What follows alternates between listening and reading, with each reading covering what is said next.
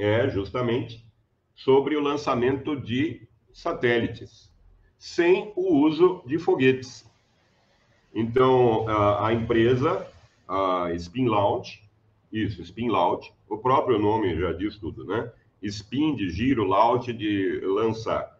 Então, basicamente, é como se você pegasse uma pedra, pusesse numa funda, né? E girasse assim, você consegue jogar muito mais longe do que se atirasse com a mão. Né? A ideia é essa.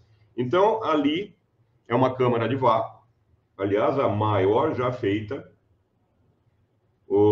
Tem o tamanho da Estátua da Liberdade, e é um protótipo ainda, não é o principal, esse é um protótipo. Veja, do tamanho da estátua, maior que a Estátua da Liberdade. E aqui foi feita uma câmara de vácuo. Tem uma câmara de vácuo aqui, então, acho que é a maior do mundo. E o que acontece é, aqui dentro, um motor vai girar o satélite. É claro que o satélite vai ter que estar num compartimento próprio para isso. O motor vai girar o satélite e lançar. Solta, né? Direitinho ali para se escapar. Mas como é que vai sair do vácuo? Tem uma espécie de lacre ali. Aqui seria onde o satélite é colocado, né? O chassi para colocar o satélite. Esse vai ser então o protótipo é aquele que eu mostrei. E essa é uma nova construção que está sendo bolada, está sendo feita para jogar, lançar o satélite num ângulo, né? Esse já alcança altitudes orbitais, porque até agora alcançou altitudes suborbitais. Fizeram vários testes com esse lançador. Então, é claro que a economia é imensa, porque você não precisa ter um foguete ali, né? Você não precisa ter um foguete. Então, você lança o satélite fazendo esse giro, na energia cinética ali, ele vai para a atmosfera. Então, aqui é só uma foto, é uma imagem de divulgação. Esse não foi montado ainda, está em montagem.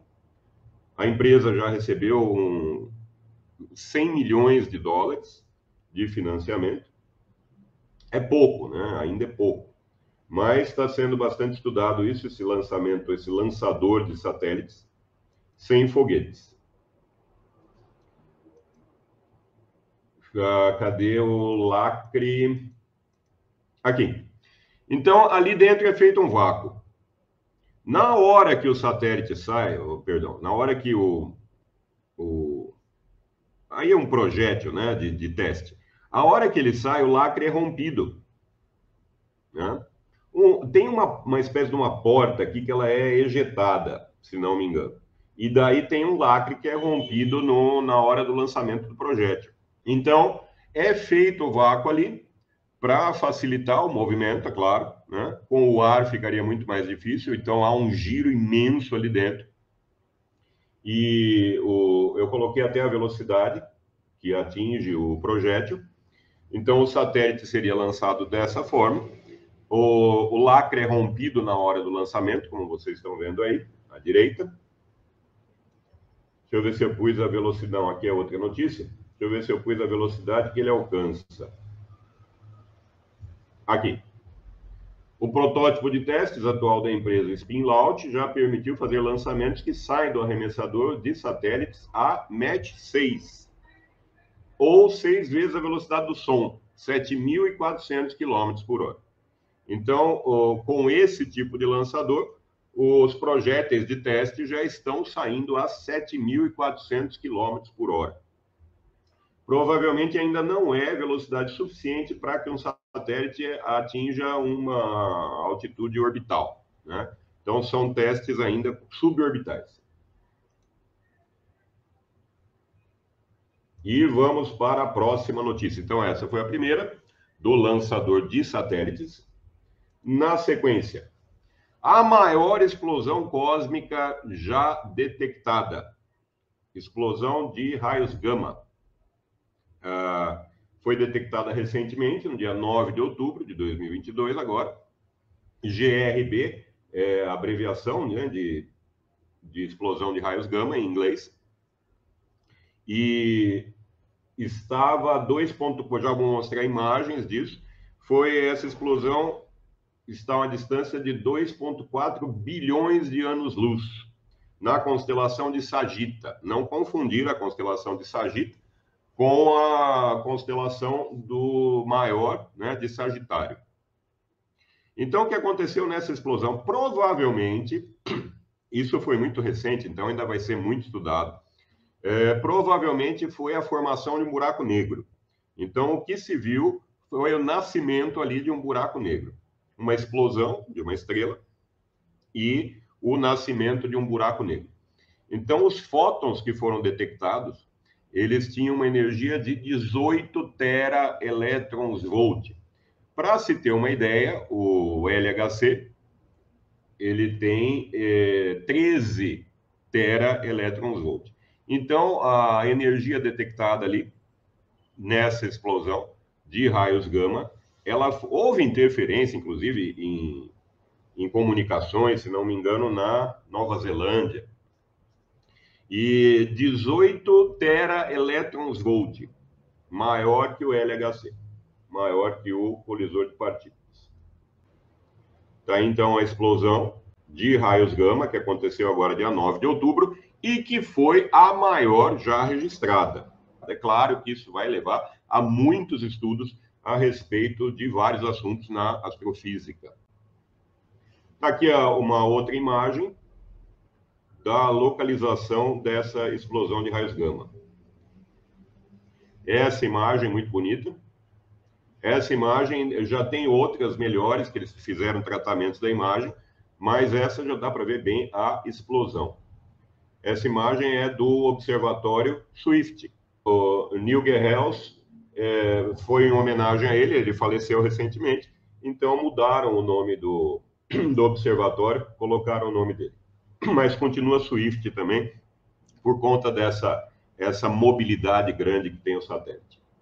Então, são 3 aparelhos que eles têm, 3 sensores ali, instrumentos que ele tem, que pode pegar emissões de raios gama, raio-x, ultravioleta, luz visível. Tem 3, então os 3 aqui. Espécie de telescópios, né, gente? Que vão pegar esses vários tipos de frequências. E esse foi o primeiro, o Fermi também pegou, a explosão de raios gama, a maior já registrada. Segunda-feira, Tiago, eu vou mostrar a supernova Déjà Vu. A supernova Déjà Vu, e por conta de lentes gravitacionais, conseguiram a imagem da supernova em vários momentos da explosão. É uma imagem interessantíssima, vou mostrar na segunda-feira, assunto de segunda-feira. Aqui uma outra imagem. Então, a luz dessa antiga explosão traz novos dados sobre o colapso estelar, o nascimento de um buraco negro, o comportamento e a interação da matéria perto da velocidade da luz, as condições em uma galáxia distante e muito mais. Então, um assunto interessantíssimo. Para os astrônomos, ficaram, é claro, muito contentes. Isso pode demorar décadas para acontecer de novo, uma explosão dessa magnitude da GRB. GRB é, em inglês, uma grande explosão de raios gama, é GRB, e depois o nome dela usa a data em que aconteceu. Está aqui, GRB 221009. Então, essa é uma outra notícia que eu achei bastante interessante para mostrar para vocês. E a memória do dióxido de vanádio, a terceira notícia. Então, 2 coisas que eu adoro fazer nesse canal. Jornal científico, conversar com vocês, é claro. Jornal científico e os experimentos. Então, você tem o óleo de silicone, o alto-falante. Uma certa frequência colocada nesse alto-falante vai fazer vibrar o óleo de silicone de tal maneira que eu consigo fazer uma gotinha do próprio óleo de silicone ficar flutuando e se movendo aqui em cima, com a vibração. Então, é um ótimo experimento, uma ótima analogia com a dualidade onda-partícula da luz. Tem um outro já preparado aqui, que é essa caixinha de acrílico, que eu vou colocar 2 plaquinhas de metal e ligar num campo elétrico fortíssimo. Vou usar aí 30 mil, 40 mil volts para movimentar essas gotículas que flutuam acima do óleo de silicone por conta da vibração, faz ali um colchão de ar, né? Então, essa gotícula vibrando mostra a dualidade onda-partícula e quero passar por uma dupla fenda. Então, iria a gotícula por uma fenda e a onda que ela provoca por outra. Então, ela provoca a própria onda. É um experimento muito interessante. E o outro experimento que eu quero fazer é o de Faraday. Experimento de Faraday do campo elétrico desviando a luz. Então, já consegui. Aliás, foi uma doação de uma casa de material fotográfico aqui perto de casa, que são as... Estão vendo? Olha que interessante isso.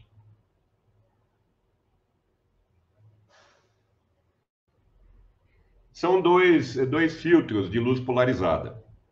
Então, com esse filtro, esses dois filtros de luz polarizada, entre eles eu vou colocar uma bobina muito forte, passando ali uma corrente alta, né, de alta amperagem. Então, o laser vai passar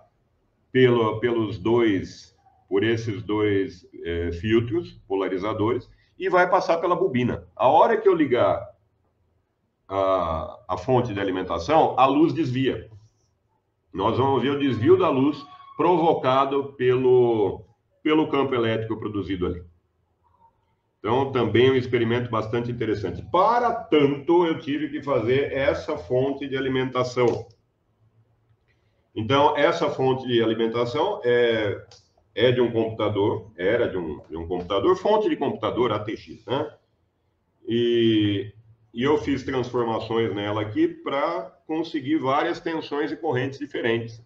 Essa fonte, ela me foi enviada gentilmente por um inscrito. Aliás, ele me enviou duas, eu tenho mais uma, se eu quiser fazer outra coisa com ela. E aí preparei a fonte para poder usar com várias voltagens diferentes e amperagens diferentes. Voltando para a terceira notícia, que é a seguinte: a memória do dióxido de vanádio. É uma pesquisa recente, né? Estavam pesquisando outra coisa, inclusive no dióxido de vanádio, mas acabaram percebendo esse interessantíssimo comportamento que ele tem, que é a memória. Então, quando você estimula o dióxido de vanádio, ele vai lembrar, como se lembrasse, né?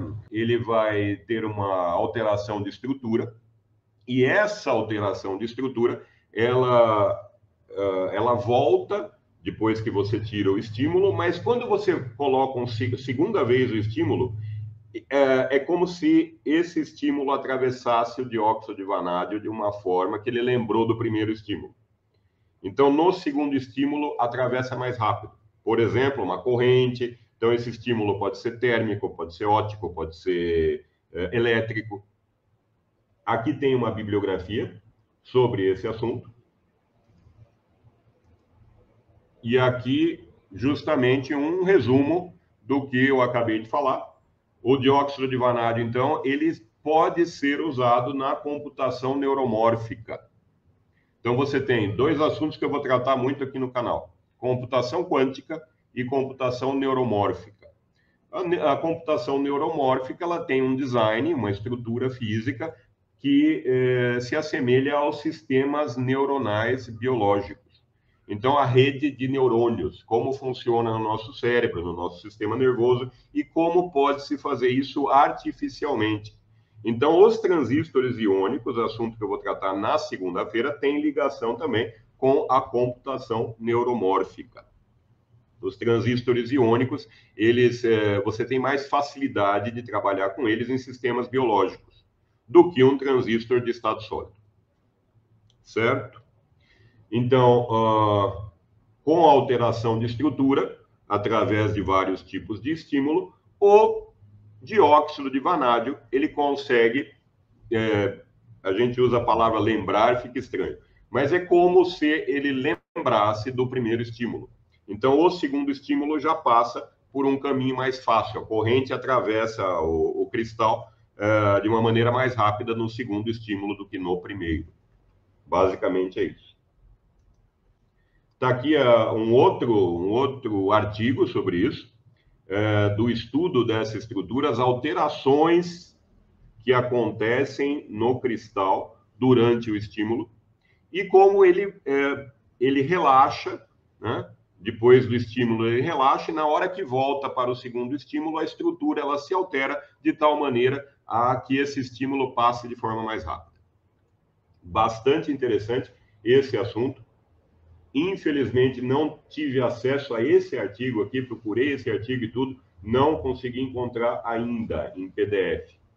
Mas quero muito ler esse artigo aqui, que foi um estudo mais aprofundado. Você tem esse dos suíços, cadê? Esse pessoal da Suíça, isso.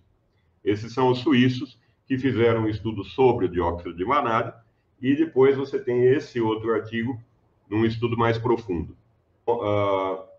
Vou falar durante os jornais de arqueologia, astronomia e astrofísica. Então, eu passei aí mais de 15 dias juntando as notícias que eu achei mais interessantes. De astronomia e astrofísica, eu já estou com 188 notícias. De arqueologia, tem essa notícia fantástica de arqueologia, que é sobre os hieróglifos na Grande Pirâmide. O Adir me passou um link fantástico, eu fiz a visita virtual das pirâmides. Dei uma procurada na internet, me esqueci agora onde é que está, qual é o site exatamente, mas já tem visita virtual da Grande Pirâmide. Então você pode entrar lá, é aquele tipo de visita que você olha 360 graus, você vai mexendo o cursor e você vai vendo tudo, né? E você vai na Câmara da Rainha, na Câmara do Rei, nos subterrâneos ali da pirâmide, fiz a visita toda. Muito interessante. Mas é o que eu estava falando para o Adib, ele que me passou o link. Infelizmente, não mostraram as câmaras que ficam acima da Câmara do Faraó. Porque muita gente fala, mas não tem os hieroglifos na pirâmide, na Grande Pirâmide. Tem sim. Estão justamente nessas câmaras acima. E aqui tem uma imagem deles. Então, esse vai ser um dos assuntos da parte de arqueologia. Eu juntei bastante coisa. Biologia também tem os 59 notícias. Filosofia, física e quântica, um assunto que eu vou falar bastante. Já estou com... Aí preciso organizar as notícias, gente. Para fazer o roteiro, pegar imagens, ler os artigos. Né? Gosto muito de ler os artigos principais de qualquer assunto quando eu vou falar sobre eles.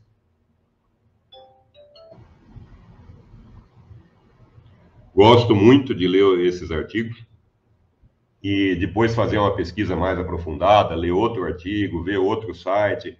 Então, a gente tem que ter, né, essa responsabilidade com a divulgação da informação. Eu tenho aqui, então, nessa planilha, os assuntos e os links para fazer uma pesquisa mais profunda. Deixa eu ver os assuntos aqui: geologia, geofísica, meteoritos, vou falar bastante, medicina, que é algo novo, vou falar do coração fantasma na segunda, provavelmente, ou na terça, nanotecnologia e tecnologia e robótica, química, são vários assuntos para o novo Jornal Científico, com as sessões Grandes Questões e a sessão Como Funciona. Para hoje ainda, vou mostrar as imagens do dia para vocês. Então, interessante, achei muito interessante. Não tem uma grande ampliação, veja, 6 vezes.